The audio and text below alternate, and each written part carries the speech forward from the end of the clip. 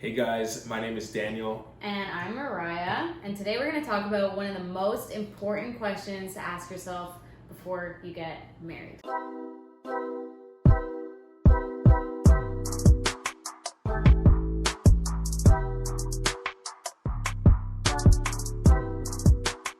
I'm really excited about this because I would have thought for a big chunk of my life that this wouldn't affect me at all. I thought you were going to say, I would have thought for a big chunk of my life I wasn't going to get married. I was Yeah. like, oh, news to me. There you go.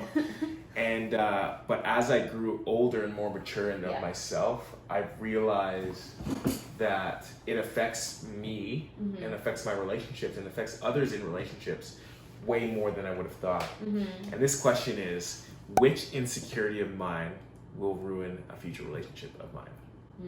And I like this question because it starts on the presumption that everyone has an insecurity, because I really do believe everyone does. I remember in high school, I was playing rugby, on student council, getting good grades.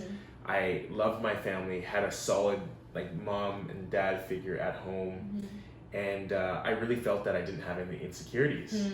And I realized in little moments, whether it be with friends in a classroom, for example, or in a relationship, I was like, oh, I actually have more insecurities than I thought.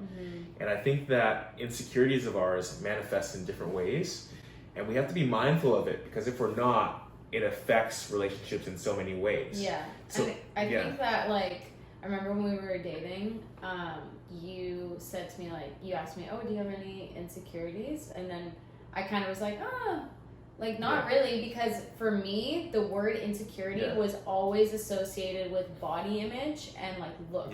Yeah. And I feel like since that moment we were dating, 6 years ago, whenever that was, to now, I've realized insecurity means so much more. And I think something that we have to realize in culture too is that sometimes insecurities manifest themselves in positive ways, so we don't see them as insecurities. Yeah. So one of my insecurities for a while was never wanting people to think that I underworked or underperformed or underachieved. So how that was manifested in my life is by overachieving and overworking and overperforming. But why that needed to be really curved in my heart and in my life is because if I got into a marriage, as we are now, and I started to value the almost the perspective or the view of others looking into my life over yours, I could be more ruled and more motivated to keep things kind of in balance on the work side of things, and then at the cost of our relationship. So that's one mini way where an insecurity can erode at a marriage. It's almost now you're just okay with being actually I can't do that because Mariah and I have plans. And that's just it. I'm okay with letting people down. And I think that overachievers sometimes have problems with that. And for a while, I'd be hesitant to let people know I took a nap, because I wanted people to think I was this machine. And I am high capacity, I am able, but it's just at the end of the day, I'm human, and all humans have limits. And so that was one of the things that I had to really dial in. I feel even though I said before that body image, for what I used to think that was the only insecurity, but there's obviously many. But I do think body image is something, if you have a negative body image, that could really affect a marriage poorly. And so I just want to bring that up because I feel if someone's out there and they're either dating or engaged or they're single and they have a negative body image, don't underestimate how much that could affect your marriage, because intimacy and physical touch is such a big part of marriage, and if you're not happy with yourself, it's going to be really hard to invite someone in to enjoy you. You're the physical part of you, because you don't enjoy the physical part of you, right? Lauryn Hill says that line. She says, how you gonna win if you ain't right within? This idea of how are you gonna win and fully be your fully expressed self if there's inner turmoil. And I think that there's people who have different forms of bodies, different capacities when it comes to work, different IQ levels, who are very much so confident and have kind of faced their insecurities head to head, and have said, oh, I'm not going to be ruled by this, but I'm actually going to almost like flip it on its head and use it as a kind of source of strength. Mm-hmm. And I think that another insecurity that sometimes guys fall into and girls fall into Mm-hmm. that really limits relationships is this like almost like feeling like you always have to keep up this front of strength, like not being willing to show weakness. So in conflict, for example, your job, you become almost the opponent to your significant other, the teammate, as opposed to the teammate that's able to say, you know what, I was wrong, or you know what, I misspoke, or you know what, I was speaking from an insecurity that stems back to when I was 6, and my dad talked to me like this, or my mom talked to me like this, or my teacher called me this. And it's just like, if we don't name those insecurities, we'll constantly use the other person as like a verbal punching bag to like exercise this fake strength instead of allowing our weakness to really almost like be redeemed in a way that like really births this neat humility and also patience for the other. Yeah, or the other reaction is you just hide. Like I think for me, something I realized is like that needing to appear strong, I like confront that a lot because I cry pretty easily when I'm like moved emotionally, and I find like I hate crying in front of people. I even hated crying in front of you, and the reason why is because I wanted to appear strong. And so I remember like first being married to you, I'd have this like I want to cry but I don't want to, and I'd be like, oh, what's wrong? But then it felt weird to like hide it from you. Whereas when I lived with my parents, like my family, I could just go to my room and cry and no one would know, and I could just process that through.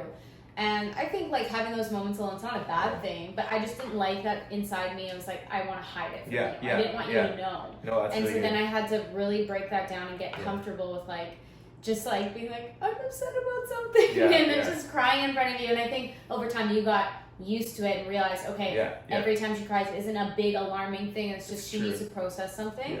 And so, I feel like that's definitely something that I've had to work through since we've been married. And I didn't really realize was a thing until you live with someone 24/7. That changes things because you can't hide anything. You can't hide your bad moods. Can't hide your tears.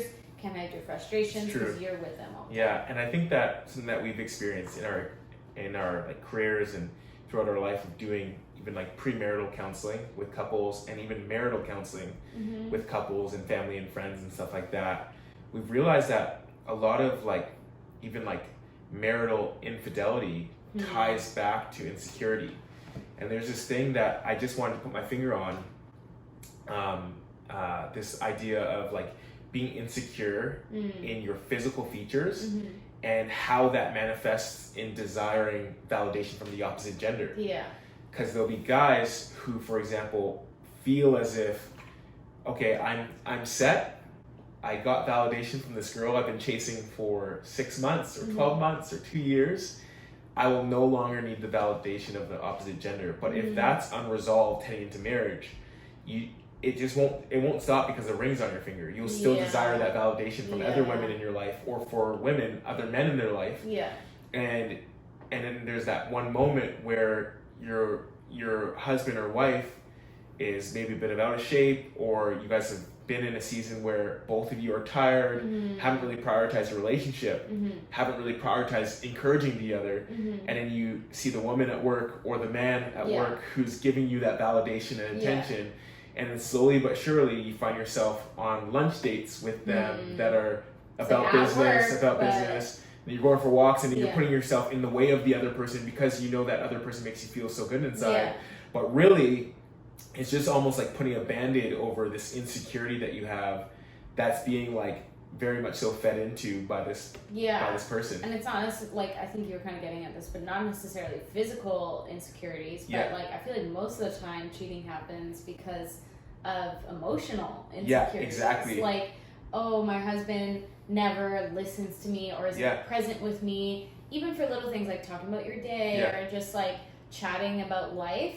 If you're feeling like the other person isn't there with you and doesn't care about what you're saying, it can be really easy. Well, this person at work or this person at the gym really cares about what I'm saying, and then that can definitely like mess with your mind. And I think that people sometimes oversimplify this and they say, "Oh, all this ties back to because she didn't have a father at home or he didn't have a father at home or whatever. But it's like, no, there's very much so late onset insecurities that take place that cause us to be more insecure about one thing or another. Yeah.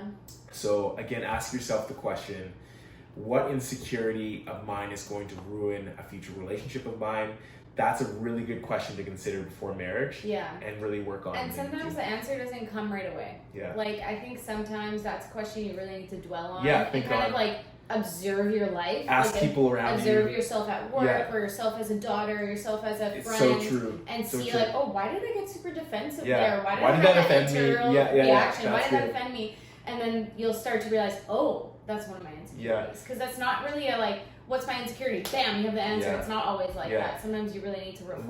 Really mine your offenses. Like, Yeah. consider each offense, each moment of insecurity, each moment you feel small in a conversation, and really dig deep, mine your offense, and be like, what was that made me feel that way? And oftentimes that's the key to unearthing what your insecurity is. Yeah. But that's all for now. Thanks so much for coming along the journey with us.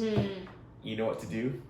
Comment below if you have anything to add to this conversation, because We truly believe that the best conversations are not the ones that are happening here, but the ones that can happen in the comments. So make sure to like and subscribe. that's what you do on YouTube. That's what you do on YouTube. And we will see you next week. See you next time.